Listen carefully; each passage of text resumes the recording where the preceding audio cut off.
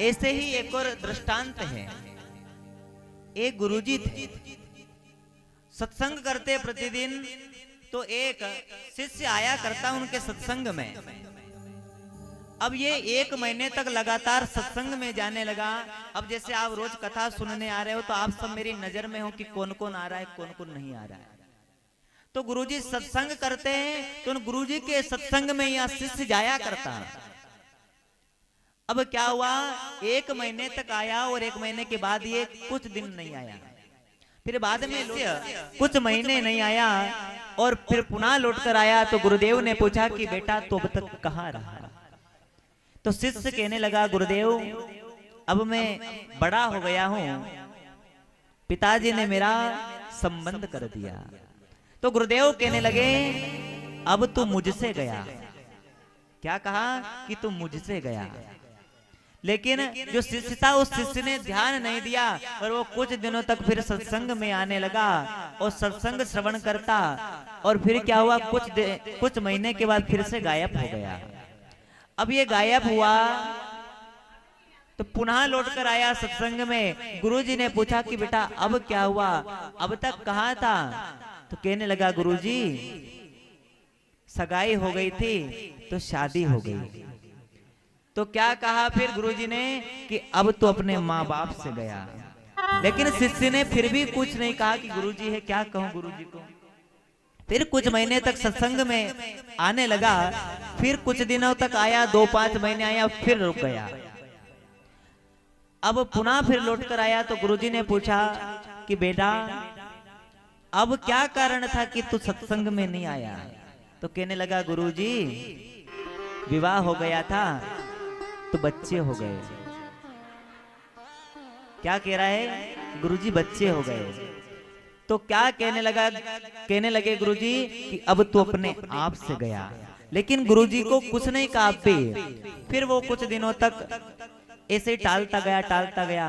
लेकिन एक दिन उसको क्रोध आ गया और गुरुजी से कहने लगा, गुरुजी ये क्या कह रहे हैं आप कि मुझसे गया, माँ बाप से गया, खुद से गया, ऐसा क्या हो गया।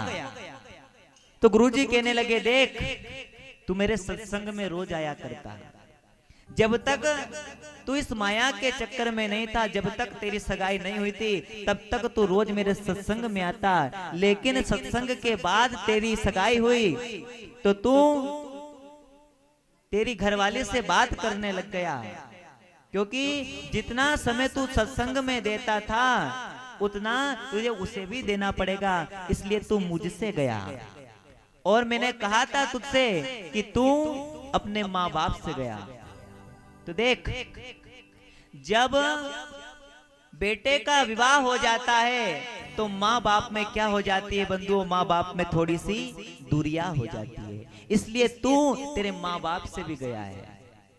और फिर मैंने कहा था कि तू अपने आप से गया, तो सुन तो अपने आप से कैसे गया। देख, तू पहले कई तीर्थ यात्रा पर जाता, कहीं घूमने के लिए जाया करता था, तो तू स्वयं के लिए कुछ खरीद कर लाता, कपड़े खरीद कर लेकर आता। लेकिन जब तेरे बच्चे हो गए तो तू अपने स्वयं के बारे में नहीं सुनता, स्वयं के बारे में कुछ नहीं करता। तू जब भी बाहर जाया करता है तो तू सोचता है कि मैं बच्चों के लिए कुछ लेकर चलूं। तो गुरुजी से कहने लगा, गुरुजी ऐसा कुछ नहीं है, मेरे परिवार वालों से तो मैं अत्यंत प्रेम करता हूँ और मेरे परिवार वाले भी मुझसे अधिक प्रेम करते हैं। तो क्या हुआ, गुरुजी ने कहा कि तेरे घर वाले, ये संसार वाले कोई किसी के नहीं है, कोई प्रेम करने वाला नहीं है, सब यहाँ के साथी है, कोई तेरे साथ जाने वाला नहीं है।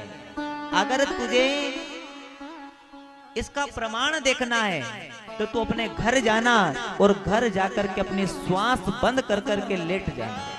क्योंकि जो ये शिष्य था, इस शिष्य को गुरुदेव ने 30 मिनट तक अपने श्वास रोकने की विद्या सिखा रखी थी। अब ये शिष्य घर पहुंचा और घर जाकर के इसने अपनी श्वासों को रोक लिया बंधु और लेट गया। तो माता आई, माता ने देखा कि बालक मर गया, रुदन करने लगी कि मेरा कलेजे का टुकड़ा चला गया, अब मेरा बुढ़ापे का सहारा कौन बनेगा। पिता आए, पिता भी कहने लगे कि अब अब इस घर की जिम्मेदारियों को कौन संभालेगा। पत्नी भागी भागी आई, कहने लगी कि मेरे पति चले गए, अब मेरे पति के सिवा मेरा कोई नहीं है, मैं क्या करूं। और जो बालक मरा हुआ अपनी श्वास रोक करके पड़ा हुआ है, वो ये सब कुछ सुन रहा है। तभी क्या हुआ, तभी गांव वाले आए। गांव वालों ने कहा कि इसे एक ही व्यक्ति बचा सकता है। कौन बचा सकता है? कि जिस गुरु के सत्संग में ये जाया करता, उन गुरु को बुलाओ, वो गुरु ही कुछ कर सकते हैं और इसे जीवित कर सकते हैं। अब क्या हुआ बंधुओं, गांव वालों ने उन गुरुजी को बुलाया और गुरुजी को तो सब कुछ पता था कि मरने का नाटक कर रहा है। गुरुजी आए, गुरुजी ने कहा कि एक कटोरी में दूध लेकर आओ। दूध लेकर आए और दूध को अपने हाथ में लिया, हाथ में लेकर के झूठ मूठ का उसे अभिमंत्रित कर दिया और कहा कि देखो इसकी जान बच जाएगी।